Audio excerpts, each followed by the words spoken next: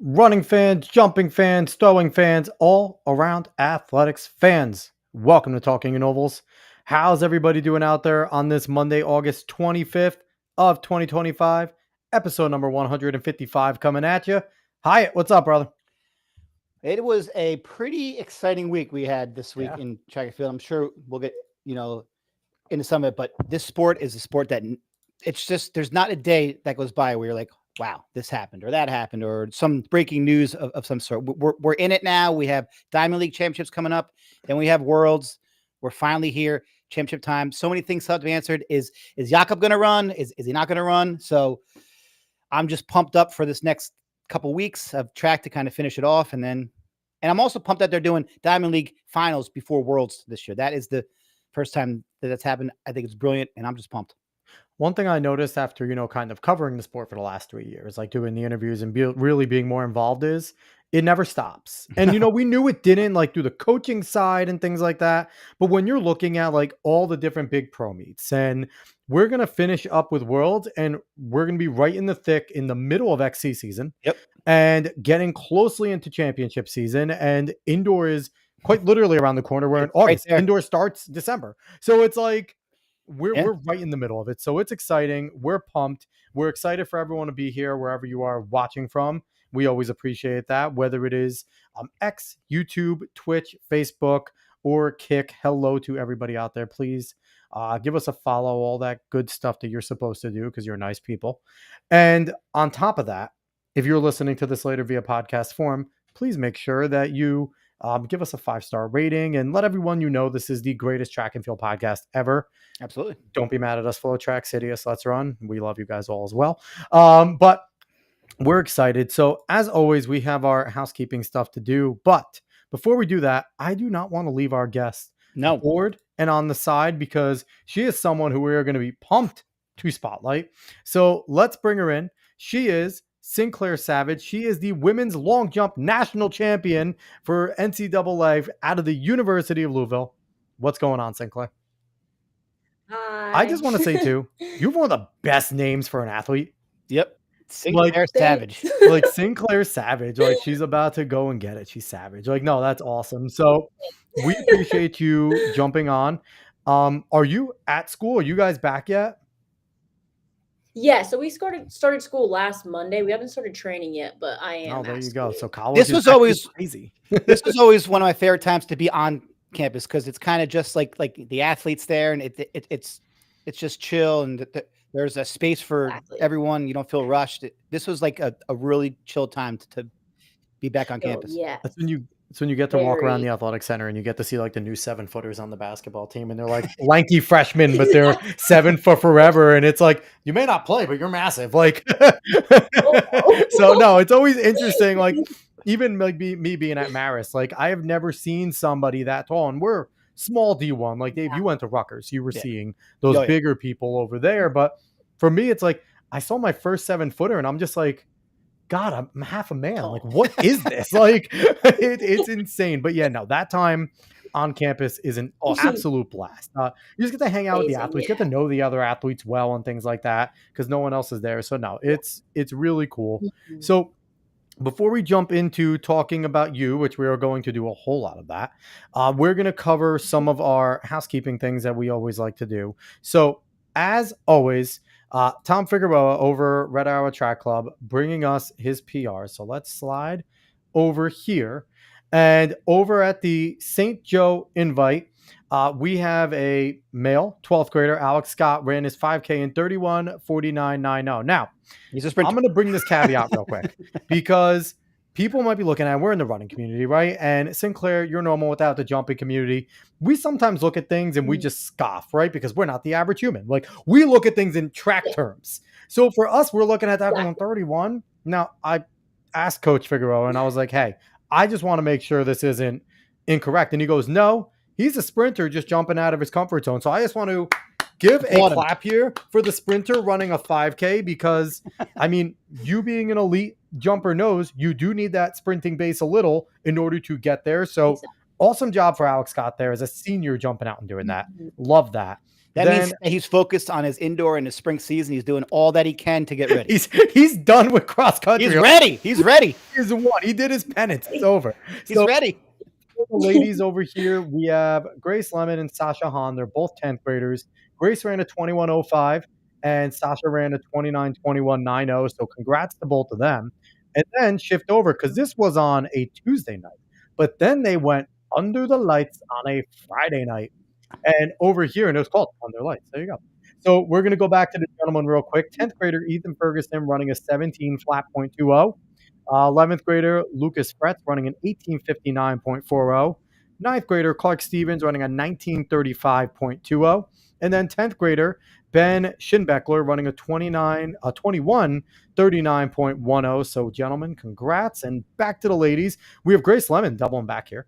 As a 10th grader, young lady, ran a 20:50 flat. And then 11th grader Annika Van Buren ran a 22:59.10. And then Sasha Hahn doubling back again, 10th grader, 28:18.50. So congrats to all of them. Always love seeing, all the PRs and things like that. Coach Figueroa, we always love that you send them to us. Thank you. So it's fantastic just to see. And also, thank you for not being in track, because in track, you have some difficult names to pronounce, and I butcher them every single time. That's why I let you do it. I know, that's why you're such a jerk. But we have a few more housekeeping things to do, not just the PRs. And we're gonna try not to bore Synclair, but we're doing it, okay. No, I'm not bored at all. I'm amazed. The technology, right? We actually look semi-professional. But so we want to jump to this because this is actually a sad moment. Because after 45 years, the longest high school national collegiate meet, Foot Locker's cross country national championships are over. So there was an announcement here, and I'm going to quickly read it and tear all of our XC runners' hearts out real quick. So an announcement from Foot Locker to our FLXC community. After thoughtful and careful consideration, Foot Locker has made the difficult decision to conclude the annual Foot Locker Cross Country Championships. As we look to the future, this strategic decision reflects our ongoing commitment to evaluating where we can make the most meaningful impact for our business, our customers, and the communities we serve, including the running community. For the past 45 years, the FLXC has been more than just a race. It has been a celebration of passion, perseverance, and the boundless potential of student athletes across the country. As the longest running cross-country race in the nation, it has brought together generations of runners, coaches, families, and fans, and helped build one of the most inspiring communities in high school sports. We extend our deepest gratitude to every athlete who towed the line, every coach who guided their team, and every partner who helped bring the event to life. Your enthusiasm and dedication have been instrumental in making FLXC an extraordinary event year after year. Your role in uplifting the sport of cross-country, running, and its athletes has truly been invaluable. Although we are closing this chapter, our commitment to the running community remains strong. We plan to continue to support the sport through focused initiatives across our stores, such as the Champ Sports Run Club series, which are designed to foster community and an active lifestyle. The legacy of Foot Locker Cross Country will always be a proud part of our story and yours. With great appreciation, the Foot Locker team. So first, Synclair, I want to go to you because we talked a little before and we said we were going to talk about this. And you, as a person who's not a cross country runner, but a jumper, you're like, I knew about this meet. So was that kind of just being within the athletics community? Does it seem kind of crazy that now, out of all these big meets that have been jumping in, this is one of the biggest and now they're gone? Yes, it's kind of crazy because I was talking to my boyfriend about it this weekend and he mentioned it and I was like, at first I was like, Foot Locker, I was like, there's no way it's that one. And then he was like, yeah, like it's that one. And I went and looked it up and I was like, oh my gosh, like you said, I'm not typically like I don't normally I'm not a cross country runner, so I'm not super involved. But this is like a meet that I've heard of like all throughout my high school experience. Like I've seen like some people from my high school go to it. So like it's just kind of crazy because personally, like I just thought this was a really well-known meet. That's kind of crazy how it's not going to be a thing anymore. So And it's kind of like the goal, right? Like you probably seen some of your distance friends and stuff have like the Foot Locker bags and things like that. Like Yeah. it had meaning. So Dave, Yeah. what does this mean? Because again, it's been This is around for a long time for me. You were around. yeah. So There how was many? It was around pretty well for when you were there, no, and it you had was some there good the, memories. the whole Yeah. time. I mean, there was nothing.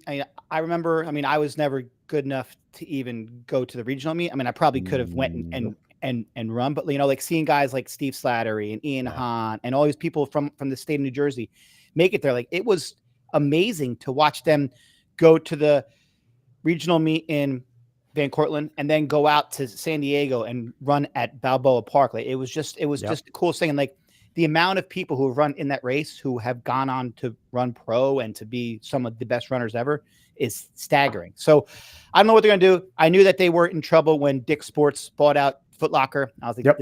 this can't be good. And that was one of the first things that they let go. I'm hoping someone like New Balance comes in and proves that they are the new king of track and field and they take it over. We do have the Nike race. That's always been more of a team-based race. So maybe they'll beef up their individual part. But I mean, I know so many kids before this came out, their goal for the season was to make it to Foot the Foot Lockers. Lockers. That that's every distance, especially here. I mean, maybe not as much now since it moved from Van Cortlandt to Boston last year.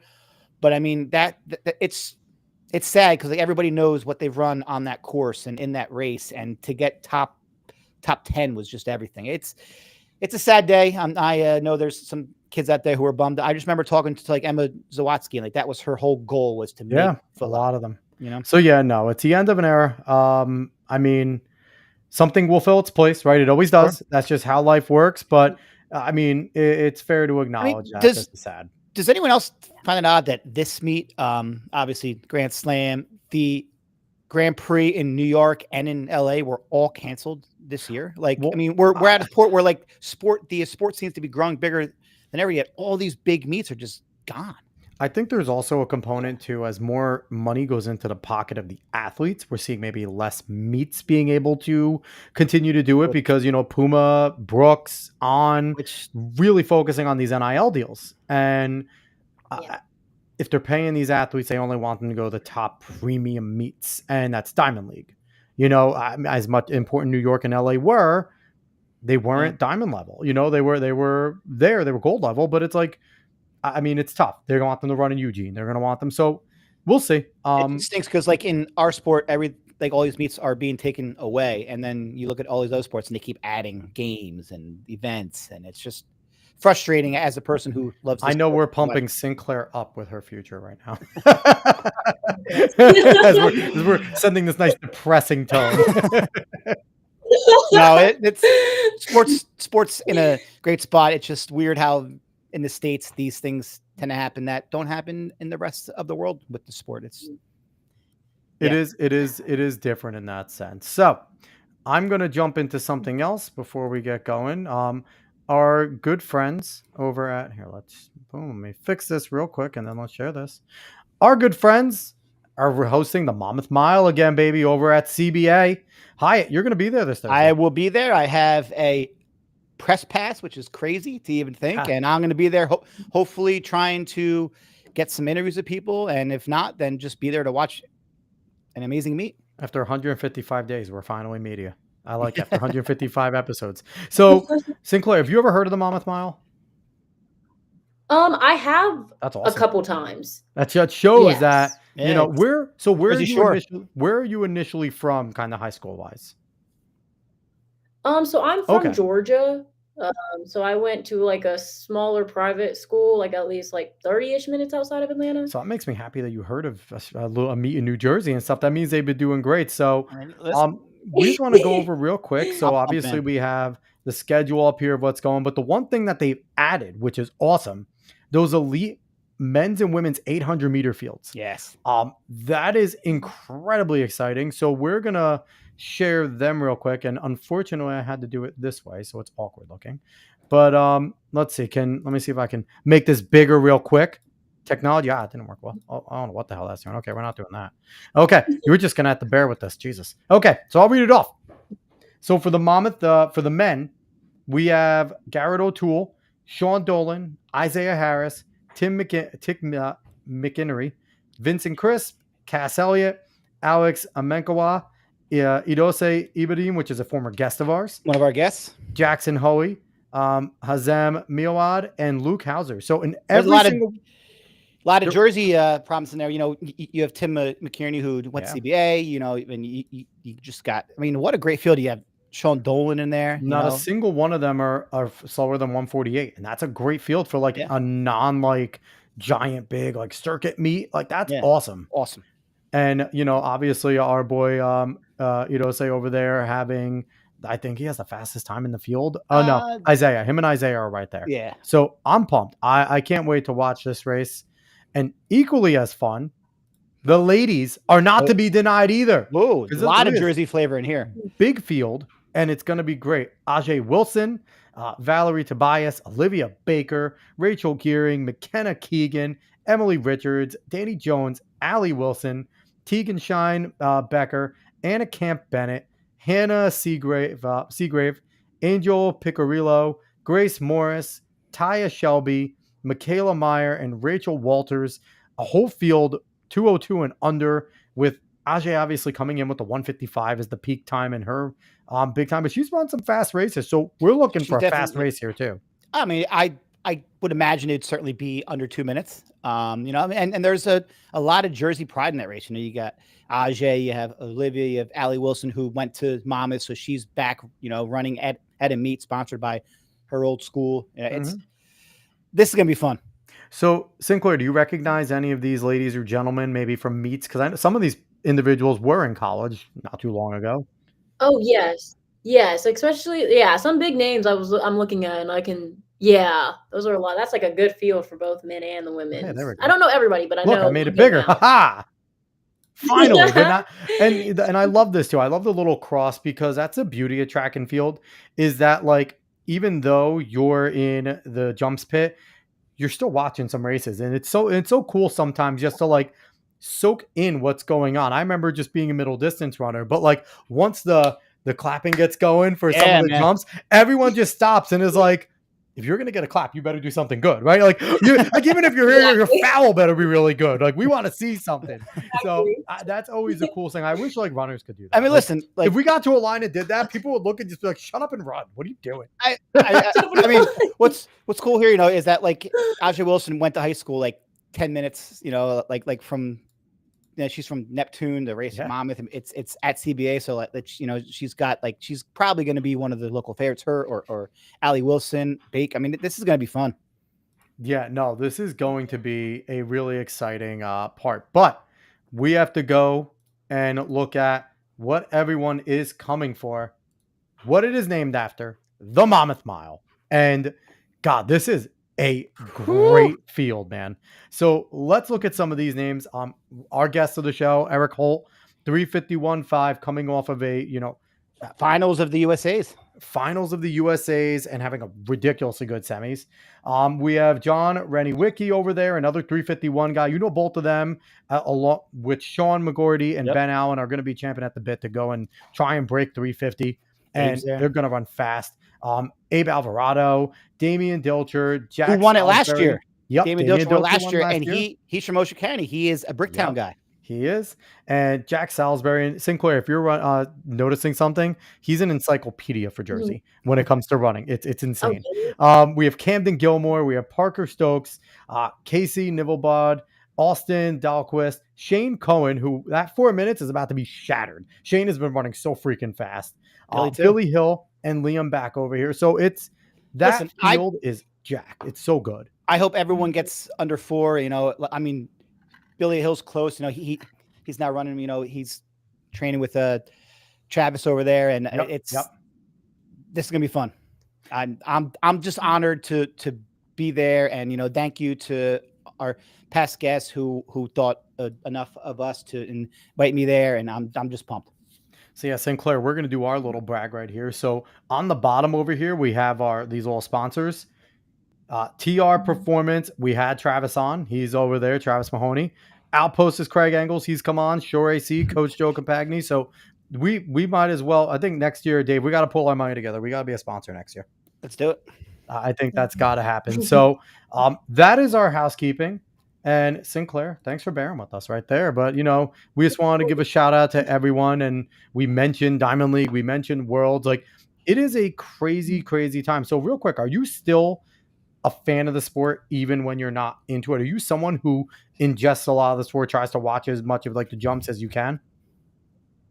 Yes, yes. So I try to do better about that because there was a point in my career where I was like, someone would be like, "Oh my gosh, like I just ran this in the mile," and I'd be like, "Oh, okay, like I don't know how good that time is," or like someone would be like, "Oh, I threw this. Oh, I don't know how far that is." So as So I've grown, I've tried to like definitely like involve myself more, like following a lot of track Instagrams and all that other stuff, just like paying attention to the sport because our sport I feel like needs a lot more recognition when it comes to Yes, certain it things. does. So yes. being knowledgeable in it, I found is like to the It's great helpful. of the Yeah, sport. and if our own athletes aren't supporting the other athletes, then there's no sense. It helps to defend the sport too, because when other people try and poo-poo it, it's like, no, did you see what this person did? Do you know what that is? How far that is? Like, so Hmm. that helps us win fights. That's all it It is. We does. win fights. So let's get to the meat and potatoes of the show. Now that we're 21 minutes deep, I don't think we've ever done like an intro that long, Dave, but it was No, worth but it. and But Sinclair was great. She added some great insight. It was fantastic. I think we need Sinclair to be a permanent co-host. What do you think? We Oh should my make this a gosh. trio. I think she's better than both of Get us. my Anyway, mind Oh, on it 1,000%. first. I love it. So we want to get into the meat and potatoes of the show because the reason for having you on is because we want to talk all about you, young lady. So first things first, we're asking you the same question that I ask all of our guests. When did you get the spark to just become a jumper, embrace it, make that what you do? And not necessarily like the first time you jumped, but Yeah. when did it click? Like, this is what I want to do. This is what I want to pursue. And then to be able to get to the University of Louisville, you're obviously taking it real serious. So when did that spark happen? I'd say the spark for me was definitely New Balance Nationals indoor. That was like my junior year of high school, if I'm not mistaken. And I kind of was like teetering on track and field throughout my high school career because I had gone through so many coaches, like Good sometimes you don't stuff. click with some coaches and Yep. some coaches were better for you. And so I had to like work through a lot of stuff. But New Balance was like the meet that everything actually came together and I could actually see myself like doing it collegiately and like actually enjoying doing it collegiately. So that meet I'd say was my standout meet. And it actually made me start thinking about college more because before that I was like, okay, I don't even know if I want to do this in college or if I'm even good enough to do this in college. But I'd say that's the one meet that gave me the spark, I'd say. Yeah. Was it just being around like equal competition or people that maybe you thought were maybe Sure. better and then just maybe even not beating them, but competing on them on equal footing and things like that? Did that kind of give you that encouragement? Yes, because there was in my high school that meet, there was a lot of bigger names like Jasmine Moore was at that meet Yeah. and Yeah. like other like bigger like people who did really well collegiately were in that meet. And so going to like a smaller like school in high school, like the competition wasn't like nearly that drastic. So I was kind of like, okay, like either I show up or I don't show up because the competition is either gonna eat me Yeah. alive or like I'm gonna be able to like, compete with them. So I'd say definitely like that was like one big drive that I had for that Yeah. meet. So and that was like the first time I actually like felt something like that because like other Nice. meets I was just kind of like going with the flow, but like that environment just kind of like Yeah. I would say like forced that. And I will definitely say, like that's definitely changed a lot from the high school athlete from when I was in school Mhm. because there's so many more national level meets throughout the year that when you get to those meet, like when I was young, like there was like one national meet or there was Golden West. So like you would go out there and you didn't know anybody, like because there was no Strava, there was nothing there. So I love now that these top level kids get a chance to get the competition because then they're so much more prepared Yeah. Exactly. than when they get to college. Because now you see less kids having that tough year, their freshman year of college, because they've had so many pressure races that it's just kind of something that they used to. So Yes. so it was kind of like you went from being the big fish in a small pond to just like seeing kind of where you kind of fit in the whole landscape. Mhm. It's Yes. awesome. Thank you. And so when you were there and you were meeting a lot of these girls, right? How was that? Was like, because I'd imagine all different communities are different as you're coming from, Georgia and you know all those girls, right? You're competing against them all the time. And now, boom, you're here nationally. So, Mhm. what was it like? Because we've always heard the field events are different. You guys are Yes. more of a family. Yeah. You're put off into a corner half the time, and that's your corner. You guys defend your corner, Yes. right? So, what was that like getting on there at the national stage, meeting all these other girls? Was it a friendly environment, but competitive? Were people very standoffish? What was that like? Yeah, I'd say, like, looking back on it, it was definitely more of, like, a friendly environment, and, like, that being my first meet, I was kinda surprised because I was like, normally, like, I thought, like, bigger people were more locked in, and it's not a matter of, like, they weren't locked in, but, like, I'd say, like, the environment was friendly, but competitive in a sense, like, when Yeah, the yeah. meet came and it was time to jump, like, people were on it, but, like, leading up to it, like, people were talking or, like, chatting, and, like, I really love that environment, and that's something, like, I still see to this day and that I love, like, I love a competitive environment, but I always feel like when your competition is like uplifting in a sense, like that also fuels you. So that environment was like the first time I'd say I felt something like that. But because I was scared going to the meet, I'm not gonna lie. Sure. Like it was like It's my a first big big meet. difference. Yeah, I was like, oh my gosh. But like having that, I'd say helped a lot. So, it's something that I think is very different with the field events too, because we Yes. heard it from a bunch of the throwers that, they have no issue going up and be like, yo, great throw. You know what I mean? Like, where it's Yeah, different from yeah. like the track side, like you Especially want to like, sprinters. especially sprinters. Oh, So yeah, like, especially sprinters. did you find that It's with not the as much other? sprinters. It's like, Did you find that with the other ladies, like when they made a good jump or you made a good jump that like, obviously if they were on deck, they were locked in, right? Or they were coming up, but like the ones that were like at the end of the flight, did you find that they were like, hey, nice jump? Like, was that like something you guys did with Yeah, each yeah. other? Yeah, there was, like, a handful, like, of course, there were more people who were, like, Yeah, yeah. locked in and serious, but there was, like, a group of people who would be like, "Okay, like, that was a good jump," or, like, they'd be like, "Oh my gosh, good job," and, like so I'd say, like, it was, like, no, half and half, but what I was listening to was And more of where the did you fall uplifting into? Were stuff you or one of trying. those girls that was like, "Good jump," and stuff like that? Or were you more like, "Don't talk to me?" Yeah, yeah.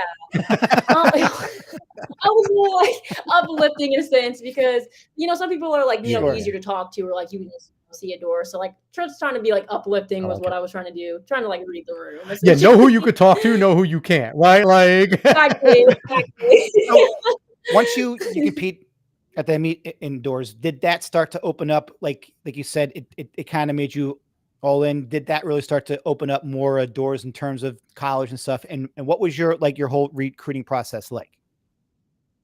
Yeah, so after that, I'd say the door opened a lot. Like I had a lot of coaches like reaching out to me via like social media and stuff like that, and I was like, "Oh my gosh, like I didn't know how this is how it worked." Because like I wasn't really getting like I was getting some stuff, but it wasn't like to that degree.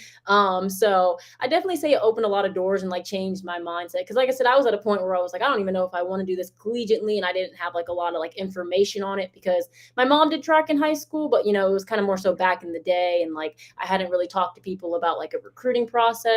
So after that, I kind of like talked to more coaches about it, the people who were reaching out to me, and a lot more doors opened, I'd say, and that's what kind of led to like my official visits and everything like that. So yeah, that one opened a lot of So doors. now I want to bring you back because now I want to get some of your favorite memories of being a jumper. And also, were you ever a sprinter or anything, or was it strictly jumps? Yeah, so I actually did do sprints and hurdles in high school, but I wasn't the best at hurdles, and my coach at a point was like, "Okay, You're gonna like, hurt we're yourself. done." Stop. Yeah, exactly. Yeah, yeah, yeah. So I tried jumping, sprinting, and hurdles, and then the relays and things like that. And as I got more into the collegiate level, like, of course, Sure, sprinting it's not helps bad. jumping. So, like, I still kind of try to do that occasionally. And like, they stuck me on a few relays before, but it definitely transitioned from like the middle school, high school track to like the college track with like Well, all you the see your best events. jumpers still have like elite levels. Yeah. Like you're not going to go win it, but Exactly. like, I mean, what do we watch? Mondo Duplantis Mhm. beat Carson he ran a Warholm. 10-3. Yeah. I mean, Yeah, he so it's ran like 10-3. it's like Yeah, well, Mondo's a freak, exactly. but then again, It's Mondo's a so freak of nature. So it's Yeah. like it's so I don't know if he counts, but Yeah, he's just but it's like insane. someone like you who I could see getting on there, and it's like it's not like you're gonna get blown out in well, the I mean, heat. You know what I mean? Like look at you're gonna Yeah, move on and run fast. look at every high school yeah, meet. Like your best long jumper is your best sprinter usually, or A lot your of best times, yeah. hurdler. exactly. Like Yeah. so. Like I mean, I don't think that people understand how important sprint speed is to jumping. It's it's everything. It Like is, it's it's key, yeah, it Which is is always heavy, crazy though when yes. you see like those gliders that don't get to initially top speed, but they still jump like psychos. Like I don't understand Yeah, oh, them. it's all Like, cadence, man. yeah, It's it's all cadence. insane. It's all just running your approach over and They're like the over power and over. lifters of jumping. They don't look like they're about to be big or strong, but they just go and no, boom, they're yeah. gone. far, So yeah. let's get some of your favorite memories. So take us back to when you first started running and jumping, and whether it was middle school, things like that, and bring us all Yeah. the way up to obviously you're a national champion. So bring us all the way through your favorite memories. So I'd say middle. So I started track in 5th grade, but my school counted it as Sure. like a middle school. I don't know why, but like Some places normally do that people because here start in in New 6th grade. York, 7th and 8th graders can Yeah, compete in high school, which I No, well, couldn't do I that in yeah, Jersey well, no, here, yeah, some schools, if you're in 5th grade, you can run cross country, but that's it because because it's a non-contact, it's quote not unquote. as highly participated, but they don't Oh, let kids do a track. But the only one that I've seen is that some 5th graders can run cross country, Okay. but not track. Every state's oh, that's different. Yeah, insane. yep. Oh, it is. It's kind of crazy hearing how Sure. It's different bizarre. states are. Yeah, yeah. So I'd say I started in 5th grade, and 5th grade year, it was just kind of like a introduction to it because my mom wanted me. I particularly wanted to do like other sports, like cheerleading and stuff like that. As you But should in 5th grade. yeah, exactly. Yeah, Yeah. So 5th all of grade, them. Yep. first year, yeah, and I'd say it was. I remember 5th grade. I'd always listed as one of my favorite memories because, like, I was young. I was having fun with it. There was not really any stress, and then like Yeah. I'd run like a 15-second 100 and my coach would be like, "Oh my gosh, yay." So that was It's like a nice to be naive about things, That's right? It's right. nice to yeah, sit there and just it's like, I just wanna Right, run because fast. Like, I'm just like, 'cause running. you will never have that mind frame and then and that just being naive ever ever again because again. you just know so much. Yeah, So, like it's just like they're not knowing and just trying things and not really caring. Because now I'm yeah, sure everything that you do is calculated and it everything is, like, has to be done perfect. meticulous. So there's something special about that at time when we first got it. Well, we didn't know anything. We just No, kind of no. ran, listened to our coaches, and just ran with our friends, and we didn't really care. Like, You were looking behind you to see if your friend was still there in the middle of a Exactly, meet, like, like like, you might have been faster, but it's like, "Come on, say because you're exactly. gonna like run with me it's this but race." I think sometimes it's good, and thank you for bringing that up because we get so locked into what we are doing now Yeah. that we forget Yes. sometimes just the fun. Because like Fun, when yeah. you're at your level, I'm sure there's days where it's not fun. It's just a No, and grind. It's it's a hard. job, you know. So Yeah, like it's good to kind of have that perspective. Like wow, like I got into this sport for all the right reasons. Like let me just exactly. try to for like a week, maybe just have that mind frame again, to where it's just fun Yeah. again, you know. And When then the weight that coach kind is of lays making it. her when the weight coach is making her do supersets and then she has to go and jump 20 times, she's like, "I'm really It's upset. so I'm fun. really upset right now. This sucks." This is terrible. So, where else are we at? So we're at 5th grade. What's next? What's our 5th next favorite? Because I grade, love that. I'd say 5th grade was great. Middle school, like I said, I kinda kept that. Like, not that I wasn't trying as I went on, Right. but it was more so like a relaxed phase in my life. And then high school, I'd say I tried to take it more seriously. And I'd say, like, high school, I had a great team, I'd say, aspect. So that was another reason I'd say my junior and senior year were two of my most favorable memories for track because I just had a really good team. And we ended up getting second in the state with only Wow. 5 girls. So, like, That's You know, yeah. awesome. So that was, like, one of my best memories, I'd say, because, I don't know, it just kinda showed me how, like, you don't always need, like, a whole bunch of people to do great right. things and, like, a uplifting team and an uplifting environment, and I'd say, like, that was the best year that I experienced that, and, like, it really taught me, like, the love of track and field, Mhm. myself and other teammates. So And I'd say that was, like, a great, great experience and a great memory that I we've have. had so many people on who talk about how the team aspect Yep. really kept them captivated in the Yeah. sport, like, especially in high school, you know, and it made them so much more aware. Like, wow, like from if I'm looking at a team, I have to pay attention to what happens in the 2 mile or the Exactly. pole vault or like I have to Mhm. I have to know what everyone's doing because we want to do this as a team, and it just kind of is Yeah, fun. That gets lost as we get older it because it does. becomes so much more pressure and like it because Mhm. it's the most individualized team sport It of all time. is. It Yeah, is. it is. The It's better all you do as an individual, the better your team does. So I have a exactly. quick question for Georgia, because over here in Jersey, we have a meet of champions where Yes. everybody comes in In high Yeah, and school. there's one final meet. So like we go from sections to groups, and yeah, then the top six, was it top six in groups? No, yeah. Moves now on it's to it like it 2 and changes. then times with the wild card, but So does Georgia have like one final big meet, or is it stop at kind of a group level? Yeah, so it kinda like for state, it went from sectionals to regionals or regionals to sectionals and Mhm. then state, but I don't know about y'all, but it was like division-wise, so it was like 1A private, no. We 2A. combine all Ours is them. Oh, you all of our do? group. Yeah, so like we have Yeah. one Oh my individual gosh, champ. We have one individual champ. So it's like that's Yeah. team amazing. our So it's section like and all the best of the best, they all get together for one final meet. So like your mile, you'll have like like the all I actually best kids like in the whole state. So So like, you can have like whenever- that smaller group or whatever, that smaller with that maybe their times aren't as fast, but they have one standout kid. They yeah, get that chance to go and race against those bigger schools, have a lot of yeah. fast people, and they yeah, might shock you and get the win. So we have the meet of yeah, champions. it's one Wow. individual I per always event. ask that because I Yeah, always like to see if it's because we always make the joke like we have one state champion. You yeah. guys have like six. So it's 6. like Yeah, we have like one. there's like 6. Yeah, that's crazy. I didn't know that.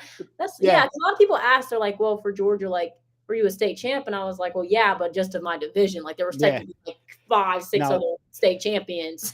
Jersey's one of the few who breaks it all the way down to I where like it's that mono. though. It's like Yeah, the best of the best, you know. And it's cool because like we've had people come on the show, like Robbie Andrews. He walked in, he's to college day, and he's like, "We're all state champs." Like, no, I'm really state champ. Like, I'm really, the yeah, only. like, literally can say that. That's actually cool. Yeah, So Doesn't it's do a big that. deal here in New Jersey.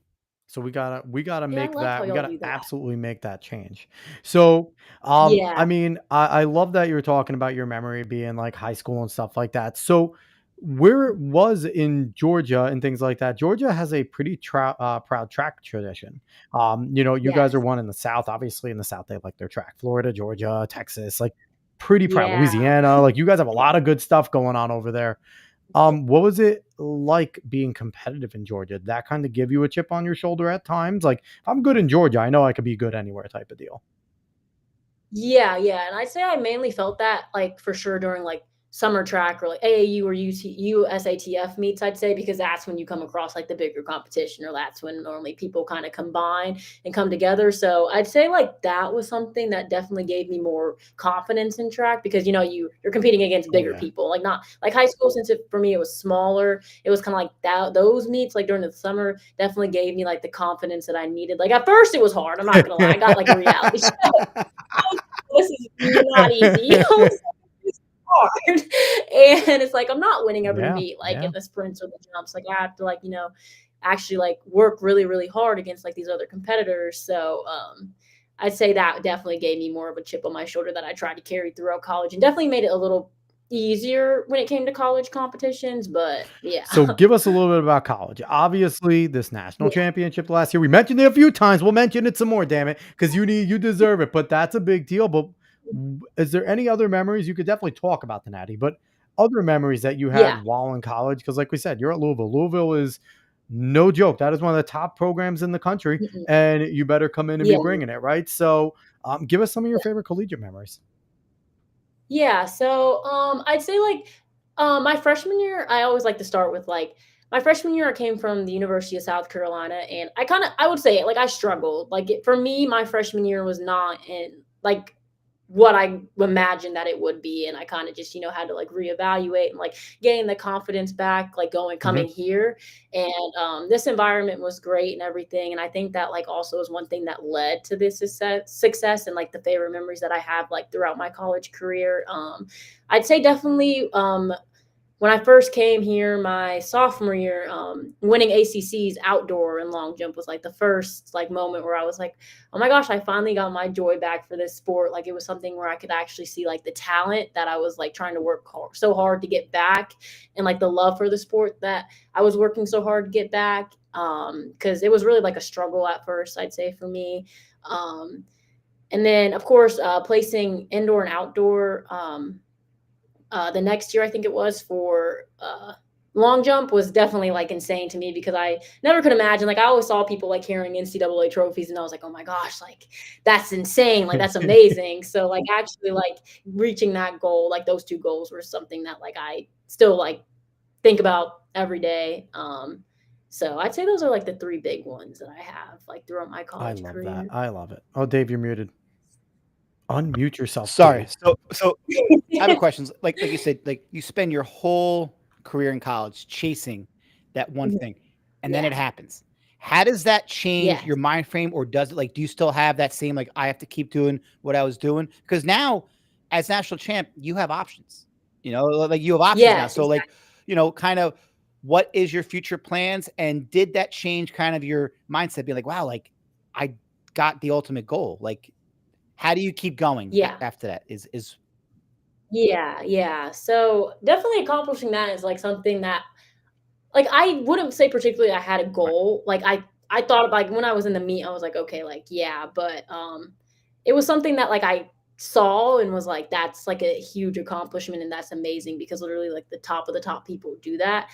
So actually like accomplishing that, I'd say like definitely gave me like, oh, like the most confidence I think I've ever had in myself because, like even like sometimes throughout like this year, like I've struggled with indoor and everything like that. And like the confidence kind of like was up and down and up and down. But winning that, I'd say definitely opened a lot of doors that I didn't think would open, gave me a lot more options, like taking another indoor, like, or like going professional and just kind of like adjusting to that, like, environment. Especially like, I know USATF didn't go the way that I wanted to, but like that opened the door for me to be able to get into that meet and like be around those people. So like I could experience that environment to see like, if that was something that I want to do. And like it ended up being like, an amazing environment with amazing people. And so I say, yeah, it's done a lot. I like, what you said, how just being at a USATF was such a learning experience. It reminds me as a coach, if you have like a good freshman, you'll bring him to that state meet when he's a freshman, knowing he's not going to maybe run well, but so he gets that experience. So when he's there next year, Exactly. it's not new to him. He's not nervous. He knows kind of what to expect. Yeah. So now, you have the experience. So even going to USATFs in the future, you're like, all right, I've already been here. You kind of know what to expect. So I have one more question because I'm fascinated by you guys in the field. We have, as runners, we have one race, right? And we can kind of control if a person is ahead of us. If we're feeling good, we can kind of go up to them. You guys jump, right?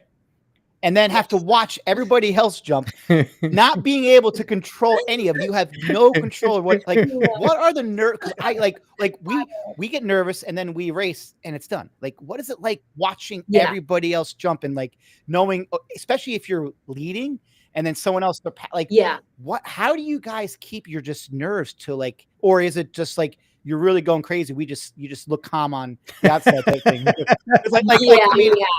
It amazed me because I couldn't imagine like being in an event where like I couldn't control what the others do and like just waiting and watching. Like, kudos to you guys because that's impressive. How do you keep so calm in those situations? Yeah, I'd say it's definitely like a mental like game that I think I've had to learn, especially like with the competitors, you come across like at nationals, and especially that high sort of like competitive environment. For me personally, I'm like nervous on the inside. Like, I don't know if I look calm, cool, and collected, but like I'm normally more nervous, like, and more like anxious. Cause like you said, especially waiting for people to jump before you and then go after you. And then like, sometimes it's like, oh my gosh, like this is taking a little bit longer. Like when's it's my turn? And then like, sometimes like, in between jumps, you take 3. And then if you make finals, you get more jumps. And then it's like, well, you can't get cold. And I couldn't imagine like fouling twice. And like you have one jump left and everyone else is gone. You're like, I need to qualify for the final. Like that's exactly, awesome, especially that, because that's nerve wracking. Because that's happened to me a couple times, and it's happens like to everyone. You either gotta get it together or just not get it together at all. When I see someone like Tara Davis or Ryan Krauser like winning it on the last, like the pressure they must have, and like Tara Davis does that all the time. She wins in her last jump. Like, I mean, kudos to all of you guys because that is something that I don't have the mental capacity to even think. Like, I get nervous thinking about being in that situation. I can't imagine going through it, but I would imagine, like you said, that's something that gets easier over time with experience. Yes, it does. It does. So was there a difference in terms of intensity and feel when you were at USATFs, even as compared to like NCAAs? And second question, did you find yourself kind of like huddling with the other collegiates if there were any other ones there? Like kind of like, because obviously the pros, that's what they're getting paid to do. There's definitely that little more intensity to it, right? Everyone's obviously going for the world team, but this is how they get paid. These are incentives in their contracts, right? So was there like a difference in feel, and how was that environment as compared to the other ones you were in terms of like friendliness and things like that? Yeah, I'd actually surprisingly say it was the most like, I think, friendly environment that I've ever been in. Yeah, because after warming up, we all came back to the tent to check in and everything. And like, of course, I've come across like a lot of those competitors in college, like the ones who are pro, but then also like Alexis Brown, like Alyssa Jones, like, I've competed against them. And then Alyssa's also in the ACC. So like, there's a lot of people that I knew in that field. But it was actually like really friendly. Like people were cracking jokes beforehand and like, saying funny things and like even like walking underneath like people, like when the officials would say something, like everybody was really talkative. And like, of course, like when it got to the meet, like people were locked in, but it was still like a very supportive environment. Like, not that the other environments I've been in haven't been more supportive, but NCAA's was more like definitely like laser focused. That one, I'd say like when people got to the moment, it was more focused, but the up build to it was a lot more like friendly and, That's kind of pretty cool. uplifting. And then like, yeah, it So was cool. we do have to ask because everyone does, because we have not met Tara Davis Woodall yet, and we would love to have her Yeah. on. How was she? Because Yeah. obviously sometimes like the big fish can be a little bit different, Yeah. right? Especially in Yeah. track and field. Like there's the ones that make money, and then there's the ones that don't in the world of track and field. And Exactly. she's obviously good at her Tara, she's job. making all the money she deserves, Yeah, right? she's really good. Yeah. So what is she like? Was she one of the ones that participated in all that, or was she kind of on Yeah. her own? Yeah, like she was very very sweet, very talkative. Like when I've we were heard that, walking down, go check in and stuff, like she was asking like Claire Bryant, one of the other jumpers, like a funny question. And then Claire's had a she hell was of a like really season too. sweet. She had such a breakout Yeah, year. she has. Yeah, Yeah, insane season. So, but yeah, Tara is really sweet, and like, of course, locks in when Yeah, she man, needs you to have lock to. in. But like her personality Well, is no, like she so doesn't. Not bubbly and until the last uplifting. jump. Okay, I'm convinced she doesn't care until the last jump. She's like, you guys can all try. I'm just gonna go win. I know she knows how to make it exciting. Exactly. Yeah.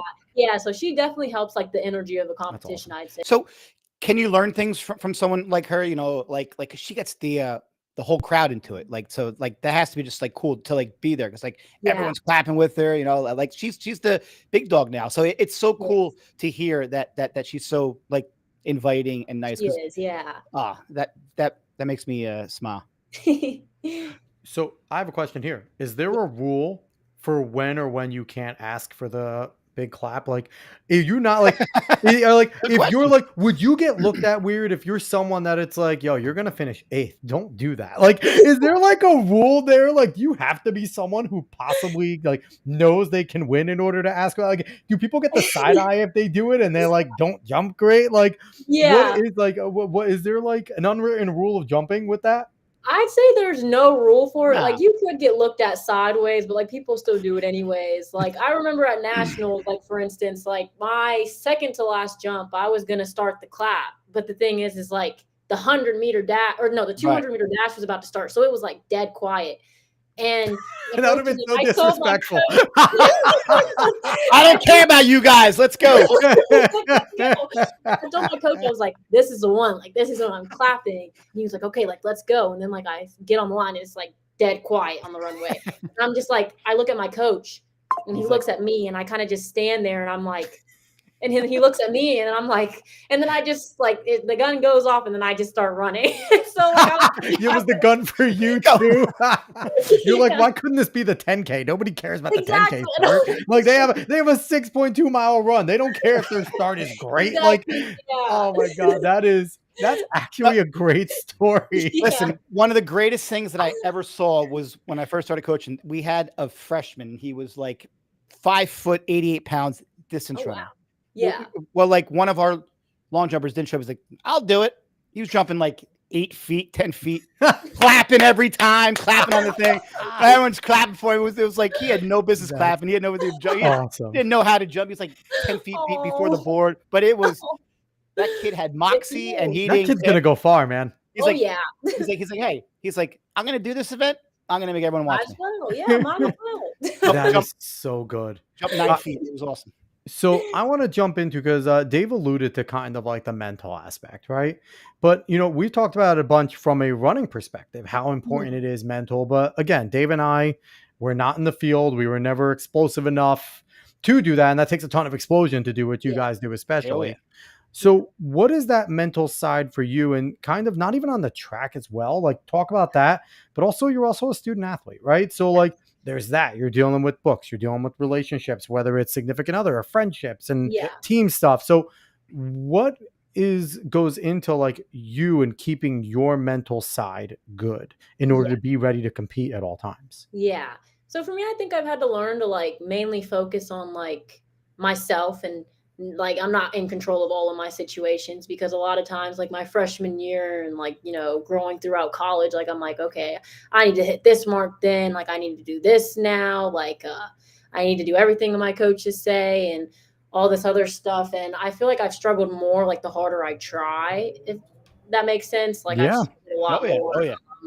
And I've also kind of I struggled with validation definitely from like teammates and then other coaches because like college athletics is hard. Like it's Yeah. not It's a easy. job, y'all. It's Yeah, a it's, job. yeah, it's definitely a job, and it's like your coach, like your coach shines through your performance basically. So like you're helping them in a sense, like well they're also helping you. So like that can be like very hard. But And I'll tell you from a coach's perspective, and I can't speak for all coaches, right? Because yeah, they're different. I coach, Right. Dave currently coaches. From my perspective, I was never more excited than yeah, when my athlete and it wasn't yeah, selfishly. It was I've had success in running. Dave's had success in running. yeah, None of it can compare to watching my athlete just get a Nope. PR. It doesn't matter the yeah, championships that Absolutely. I've yeah. won or things like that. It's like just watching that athlete work their tail off. And It's I can amazing. imagine Yeah, we had from you with jumping when I'm watching you and coach finally sees you hit the sweet spot on that board and boom, you jump that national championship distance. Yeah, I couldn't imagine how pumped coach was for you. yeah. sure. You know what I mean? Just it's an Yeah, accomplishment for you. Listen, and like we had on one guest who like went to college and he was breaking his own coach's school record, and his coach was oh like, wow, let's go, yeah, you like, know, let's they're go, like yeah, Yeah. it's like that's just like there's nothing better as a coach than winning as a team or having an individual do exactly, amazing yeah, stuff. amazing. So yeah, go ahead. Sorry about the interruption, but go ahead. No, Yeah, keep going. yeah, I'd say that definitely like helps. I'd say like a strong environment, like you said, coach wise and team wise, like nationals, like looking over to my coach, like and seeing all the excitement and joy on his face was. I always tell people it was like something that like I'll always remember. So that's definitely something that like I found that's helped my mental a lot, like putting myself in the right environment, being that uplifting person while also uplifting myself, and like knowing that there's bad days, like track and field, you're not always going to have good days, and that's No, something that I a struggled lot of with a it. lot at Yeah. first. And that hurt my mental a lot. I was like, okay, why is this not going good or this not going good? Like, with school stuff, like friends stuff, like track stuff, like, and sometimes it can all pile up onto you. But like knowing that there are hard days and that, you do struggle sometimes is something that I feel like was easier to accept as like a reality for me, which made a lot of things easier for me, like mental wise. So. You know what we noticed too, and you're not the first elite athlete that has said this, but when you have that like type of talent and skill that you have, Mhm. I have found so much that to a T, it's when you guys all say, once I let go of putting Yeah. that pressure on myself, Yep. once I Yes. let go of going, I need to hit that mark, I need to hit Exactly. this benchmark, Yeah. that it just all comes together. It And does. I think that that's something great for like young athletes to learn. And I mean, you're in a position now where you went from being a girl coming here, right? To Yeah. now you're a grown woman. And there's a Exactly. big difference when you're an 18-year-old, 19-year-old child Mhm. to a good, and you think you're an adult, right? Yeah. And then you're watching these 21, 22-year-olds prepare and work. And even when there's off days, they're kind of even keel, right? And you're like, how do I get there? And then Mhm. it just clicks and it's like, oh, because they know that they have that cardinal on their chest and they're here for a reason. Exactly. And if they just do what they know how to do, It'll it's work. gonna happen. And Exactly. I just love that. I love hearing so many elite athletes at your level consistently say that. And I think that if we get more young athletes that do listen, it might click in hearing that I Mhm. don't have to, if I'm coming in here as a, say you're a 20-foot jumper, right? Yeah. I don't 26, I don't have to get to 26. If I Exactly. trust myself, I will get Go there. get And there. it's so I love that. I love that, it's letting go really Mhm. helped you. So before we jump into the mental, Coach Mhm. Torchia, Carl Torchia here, he's graciously going to be hosting on Thursday for the Monmouth Mile. So he asks you, how much speed work do you do on a weekly basis and how much strength training do you do? So I'd say to answer the strength training question, I'd say we live 3 times a week, but 2 of those days are mainly based on like more like those Olympic like big lifts and then like, other things, Yep. exercises in there. And then the other day is more of like a quote unquote like lighter day with like core things and like mobility, stability, things like that. I love the parachute. And You guys yeah. do the parachute? I freaking Yeah. love the Yeah. parachute stuff. Oh It's my so God. you're trying to go so fast. It's like, Yeah, oh, they're exactly. not going anywhere. That was one of my favorite things. Yeah, the parachute is fun. Yeah. Um, and then speed work, I'd say about 1, 2-ish. like 3-ish days in there. Because like you said, jumping is you need speed work in there, and I'd say my coach is a lot more technical when it comes to things. So I think he tries to do like 3 days in there of like speed work. Are But you like you doing try it with to the 100, 200 group? Or are you guys a separate group as jumpers? so it kind of depends on who it is, but mainly we do a lot with other jumpers. Sometimes with sprinters if you're on a relay, but most of the times it's just with the jump group. Do you find your multi-athletes will jump in with you, like some of like your like heptathletes and things like that? Because or are they kind of doing their own thing? Like do you guys mesh with that with because you're not necessarily a Yeah. sprinter, they're not, but they're all Yeah, trying to to kind of mix kind of it. get your speed together and things Yeah. like that. I mean, they'll be on like the runway at the same time, but like kind of like next to us, if that makes sense. But I'd say they kind of are in their own little bubble You're because just they like get off my lawn. Like, have. yeah. So yeah, I'd say kind of a little separate. Oh, I love So- it. All right. So I have a question for you. So in high school, Mhm. I feel like we have a lot of kids who long jump and triple jump. Oh yeah. How different are they, and why do we see not as many people do both when they get to the level? Is it kind of like we see less kids do the shot put and discus because you have to really focus on just one, or are they that different? And I mean, triple jump just looks like pain to me every single time. I'm That's like, also me, because we're old, Dave. I'm like, also me- because we're old. Because I'm for like, us, there goes the right knee, there goes the left knee, there goes the right knee. thinking of So, like, planting on one leg, my knee's buckling now. So- Like, Yes. so why do you think we don't have as many people who do both at that next level? Do you think Yeah. just because it's just that much harder? Yeah, like I feel like for me personally, I'm like, y'all, I did triple in high school, but when I tell you I did not like it, I did not like it one bit. Like my coach just had to force me to do triple jump. Like you said, it just kind of hurt. Like my Sure. knees hurt, and then it was just kind of like a different type, like sort of movement, and like sometimes a single arm, double arm, and it's so just kind of technical with more all the phases. so And technical, yeah.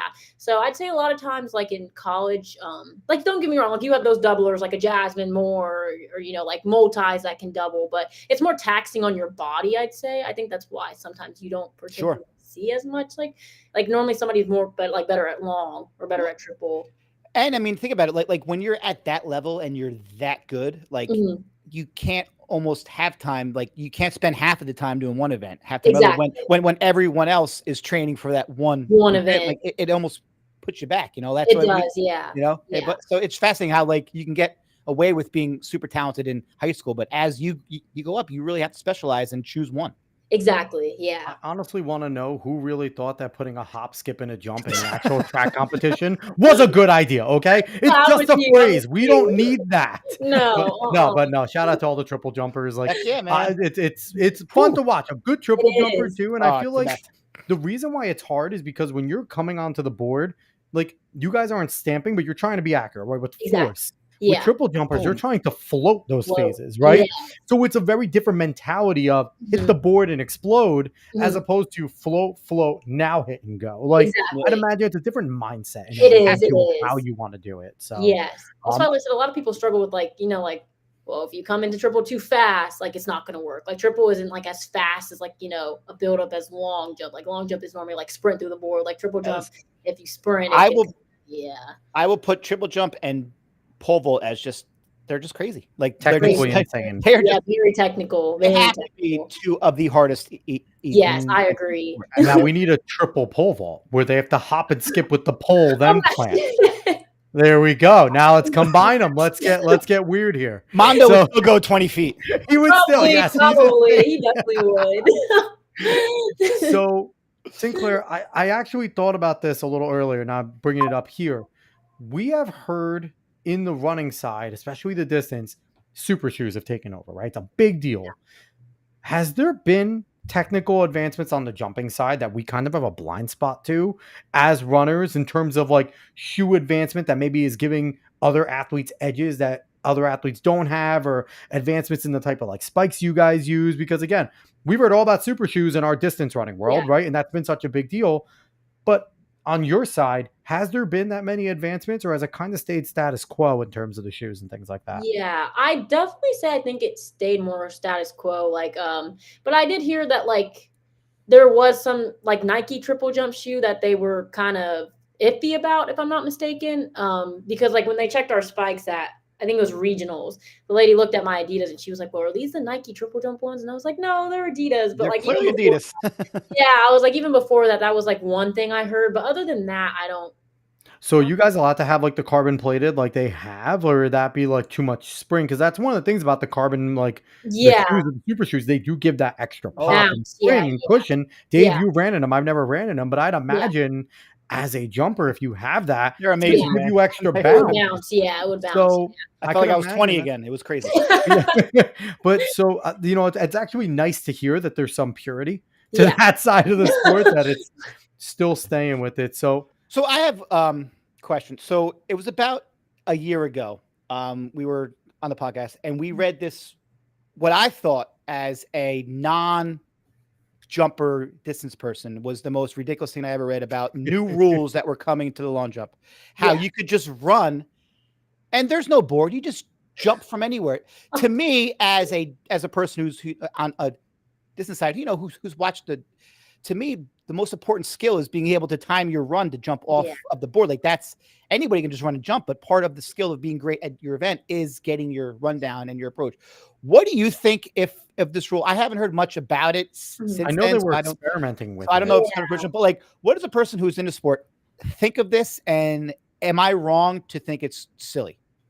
No, not at all. I agree with you because when I heard it, I know they tried it, like you said, at one meet, but It's like I don't the know. takeoff zone or whatever Yeah, the the hell they're takeoff zone. calling it. Yeah, I yeah. agree with you. I think it takes the technical aspect out Yeah, of it and like the skill out of it in a way because like, sure. like hitting the board at the right point, like that's like, it's That's hard that's sometimes. the Yeah. sport. That's what it Exactly. is. Yeah. So I feel like that kind of takes a little bit of the technical, like, or a good amount of like, the skill and technical Yeah, I mean, sense of, like, long jump and Like, jump. are we going to start throwing the shot put where you don't have to get it in the actual sector or stay in the Exactly. Yeah. circle? It's You basically just like the spin same and thing. throw it, Yeah, it's like the like same thing. because I Yeah. mean, I'm sure there's many people out there who are good at running and good at jumping, but just can't get the rundown. No. So like you'll just add so many people who to me it takes the skill out of the I sport. agree. Yeah, Yeah. That's like just me. But again, I'm not coming from that sport, so hearing it from you kind of makes me feel Yeah. better about my opinion on it. do you think we'll see more like sprinters? Like imagine like Sha'Carri jumping in and just deciding Yeah. to do long jump with the takeoff zone, Yeah. right? Right. Like You don't have to someone that has like that like world class level speed to like 10-6 speed and is now coming in. That's a huge difference. Would It you is. think you'll see more of these elite sprinters that maybe aren't at that level be like, oh, I'm just gonna go long jump because now I got to go from a takeoff zone, right? I'm gonna Like, run here. at least I'm gonna trying run it. I'm gonna run 10-8 and just jump. Jump, exactly. Yeah. I don't know. I think I could see it happening because Sure. I've seen like sprinters do that transition, to long jump because it's majority speed, speed and height equals distance. So like I think a lot of them, I wouldn't be surprised if I did Yeah. see that because yeah. So is your official opinion no to the takeoff zone? Keep the board. Yeah, I think so. Okay, so I am going to put this out there. World Athletics, one of the best jumpers in the world, because being an NCAA champion puts you Oh, there, yeah. does not like your takeoff zone. I It just will don't hurt the event. Yeah. to me, it's like, yes, we need some change in the sport, but we need ones that make sense, like that, and Yeah. adding the 300 hurdles. I don't get that. So stupid. I don't No, understand yeah, that one me either. neither. Like I just because there's other things you could do. But so earlier we were talking about the mental side, and I just want to get your opinion on something that came out today.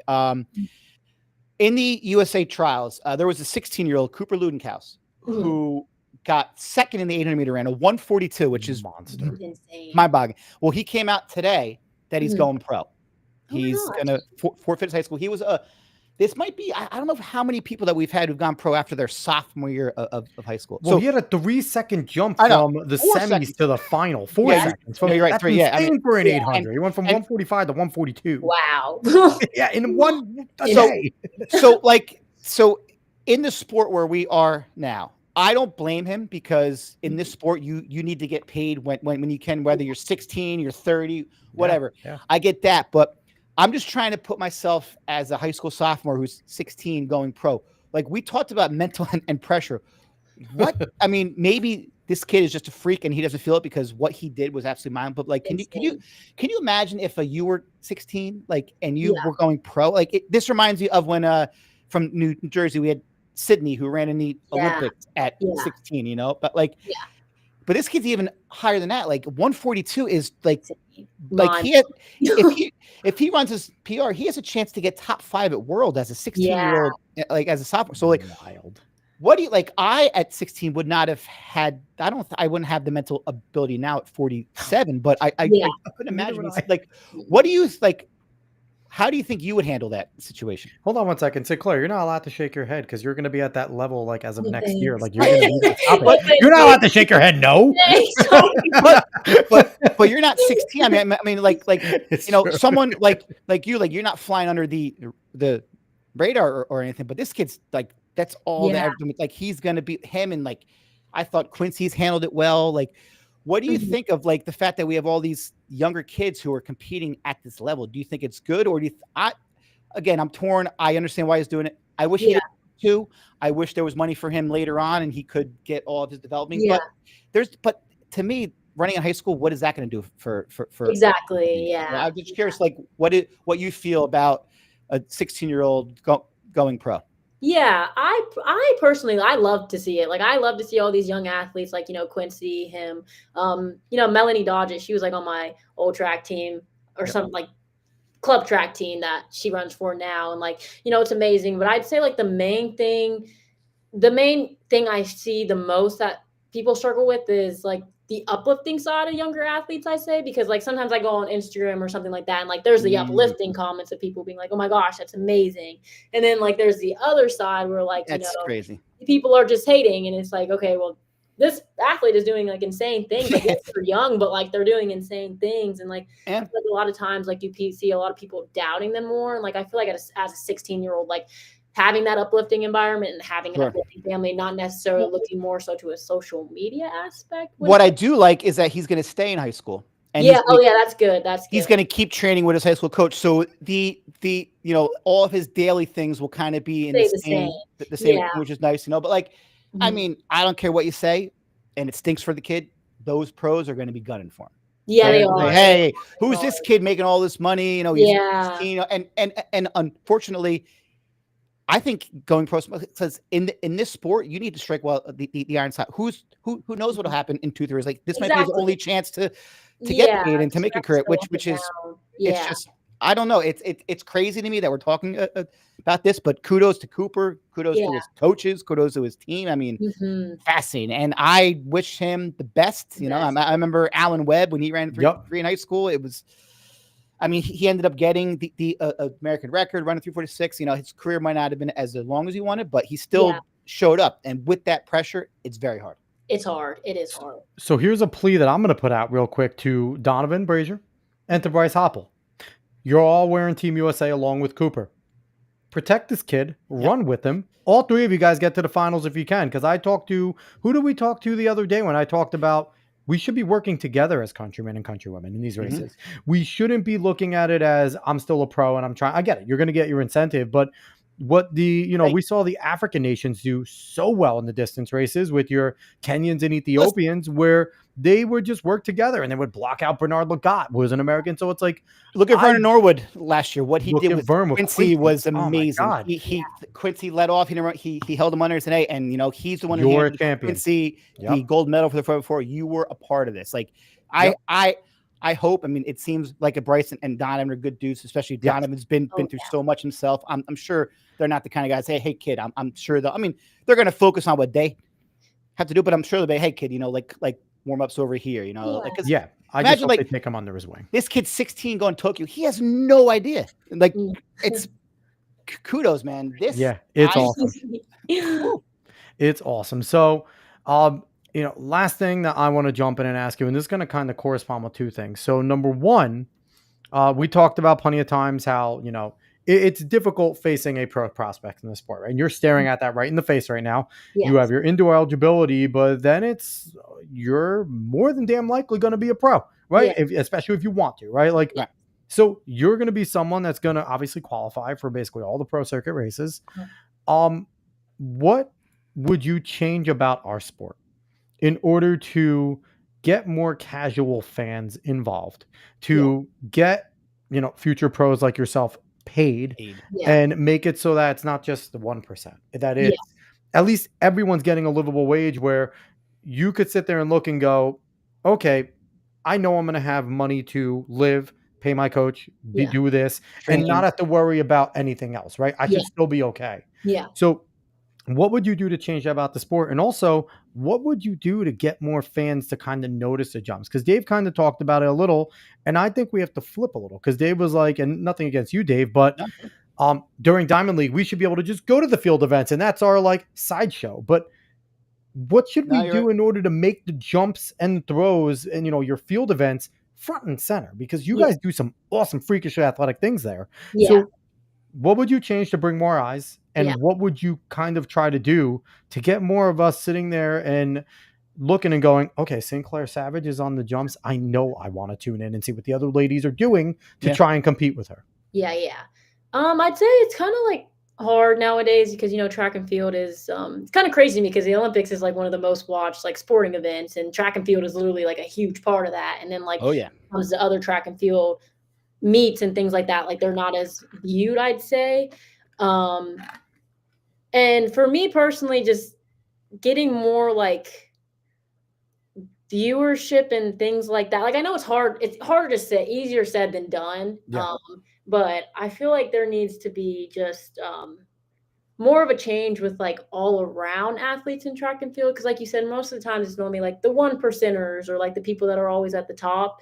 And I feel like that kind of makes it harder for people to tune in because, it's mainly like these people that they're looking for. And then like the people at the bottom, like people necessarily don't always like either know their name or like, particularly like I'd say care.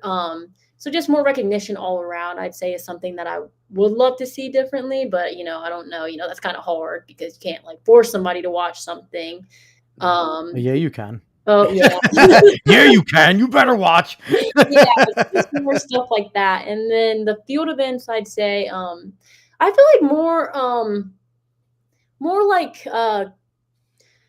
like I feel like sprints always have like the rivalries, it's like this person against this person, and like distance, it's like, these are the top runners, and like, you never know. But like jumping, I feel like there's not really like there's competitors, but it's never really like I think this person's gonna do this. Dave, it's what I said. You guys gotta stop being so damn nice to each other. Yeah, I think you gotta start talking some mess. Yeah, I think there needs to be a lot more like competitiveness amongst the jumps, like in like a healthier type of way. But like, even if it's fake. Yeah. I want unhealthy at this point. I want Noah and Kenny all across the board, okay? Yeah. I want all that happening because celebrity boxing, right? Yeah. Like I want you to sit there, and I want you when you go up to Tara, just be like, "Go take that cowboy hat off," and like start something. Go flick it off her head. Like that would be amazing. People would sit there and be like, "Do these people hate each other?" Like exactly, yeah. So I feel like more sorry, Tara. Like that. Yeah, exactly. I feel like more like of a competitive aspect, I think, would help bring a lot more, because a lot of people, you said, look at jumps or look at throws, and they're like, I also think maybe like have more field only meets. Yeah, exactly, that too. Like we're gonna throw like we're gonna have Ryan Krause here, we're gonna have Mondo here, we're gonna have Tara here, we're gonna have the best of the best in just field, and just exactly and like put 4 boxes on the TV. I mean, everybody has a 60-inch TV now. If you break it up into 4s, you can still see everything fine. Exactly. Yeah. So that show more events, show it more. I'm like, Diamond League does and Flow Track does well. They have certain feeds, but you have to go to the individual feed to watch the event. Like they have to try to integrate it more, and I don't know about you, but I've been watching the Athletes Lounge on Flow Track, and they always bring in the winners of the field events for the interviews. So like, I think it just needs more attention, because sometimes, even when we're talking about it, I think as fans, we need to do better, because we always say, "Oh, did you see that track meet?" It's not, "Did you see that track and field meet?" It's, "Did you see that track meet?" Or no, like we leave off the word field. We just that's say, why the Europeans call it athletics. Yeah, did you see the athletics meeting? Yeah, because that's what they call it. That's what all around. we say on our intro: running fans, jumping fans, all around athletics fans. Because it's sometimes we get so caught up in what's going on the actual oval itself that we forget that. I mean, as a high school coach, I know how important those events are when I'm scoring meets. So like it's half of your team who's not on the actual track. Damn it, Dave, we're guilty of it. We're talking in ovals. I'm sorry, Synclair. It's okay. So how do you kind of compartmentalize and explain to the common person just how far it is to jump 22 feet, right? Because I don't think people understand that's how more far too. 22 feet is. Yeah, So yeah, it's like, I just how jumped do over a you school bus. You know? how do you kind of get to them? Like yeah. what you're able to do athletically. And it's like, oh man, my missed jump is 20 feet. And people are like, how do you kind of like, because that's an athletic feat that a very small portion of the population, male or female, are capable of doing. Sure. So when you're trying to explain to somebody what you're able to do, how Mhm. do you kind of, make it the feat that it is? Yeah, yeah. So sometimes like what I try to do with some people is like I'll sit there and I'll be like, okay, you stand right here, and then I mark off 22 feet, and then I'll be like, okay, like that's how far it is. And then I'll be like, okay, like try to do like a broad jump or something. And then they'll like do a broad jump, and then they'll see how much left there is, and they'll be like, oh my gosh. Yeah. We need more of that.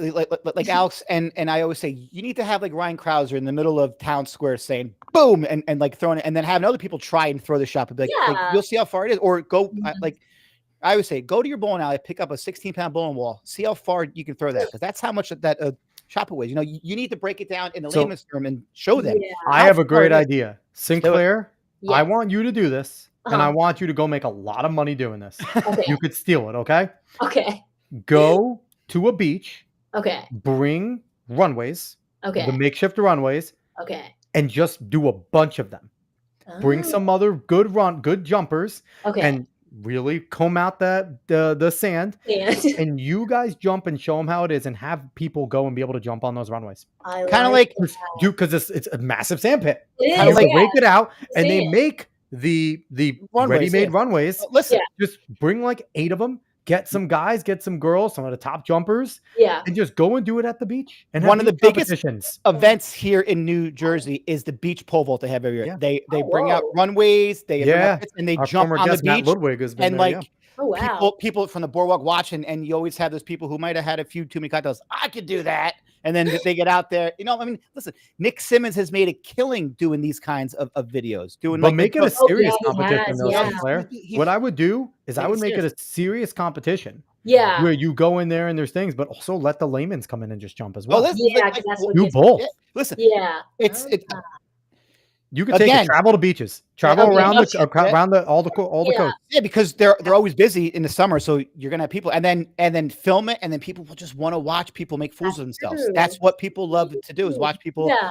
And like what, and then people will be like, wow, 22 feet. They'll actually see. I only want a 5% founders fee when you make your first 10 million. That's it. Okay, I got you. First 10 mil. That's my number. No, but I mean, but people would eat that up.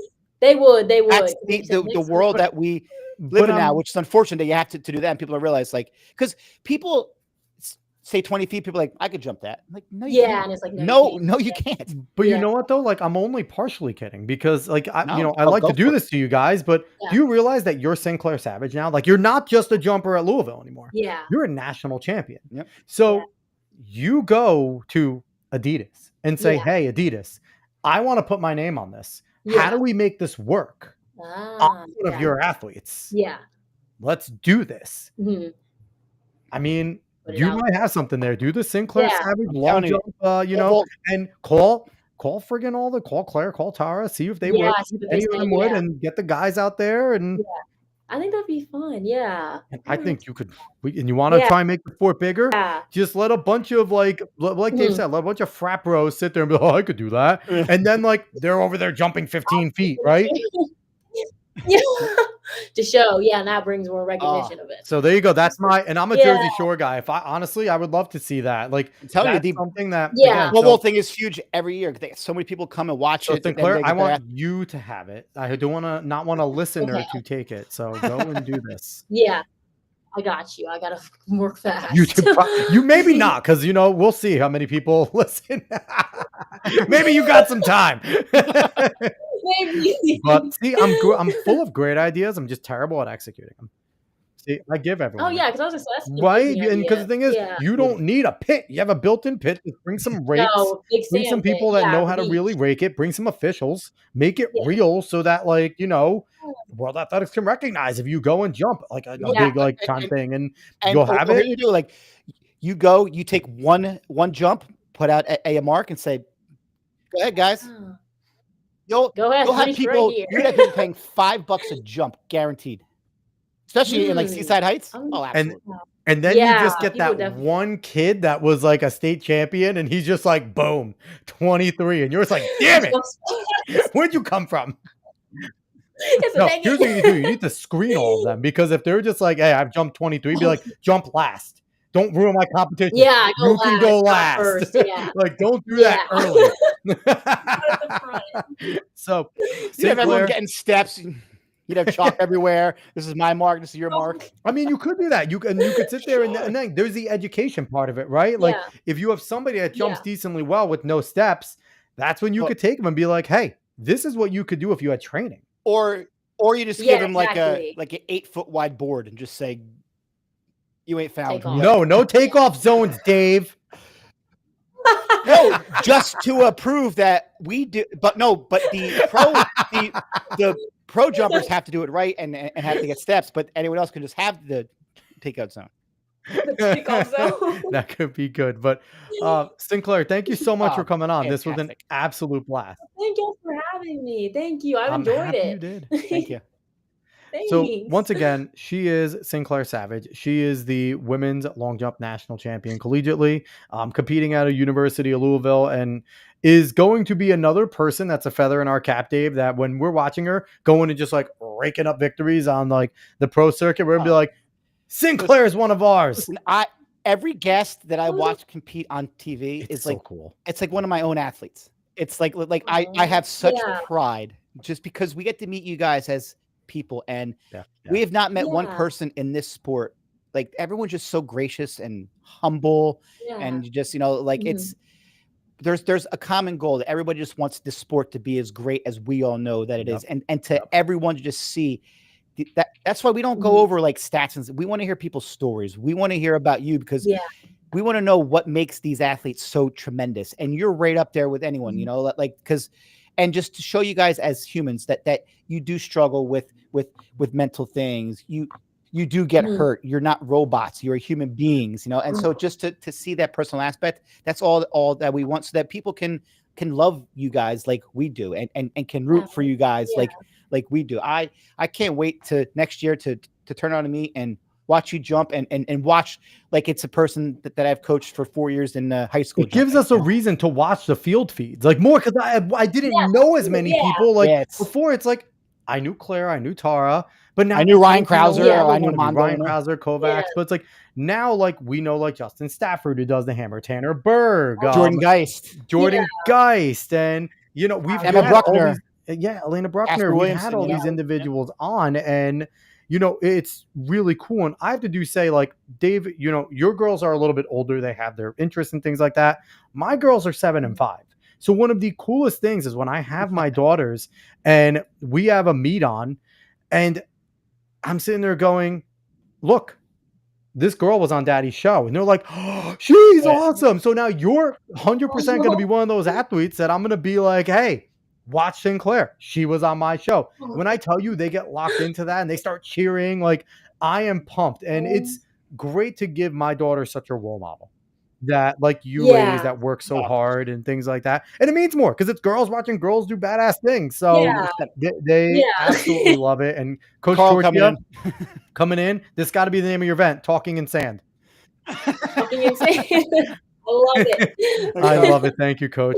So once again, Sinclair, thank you so much for coming on. Go find her on Instagram at Synclair.savage. And Sinclair is spelled SYNCLAIR.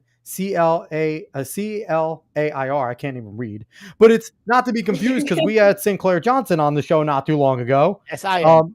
And she spells it I and the E at the end. So it's a little bit different. Yeah. So go find Sinclair, and we appreciate everyone for watching wherever you watch from.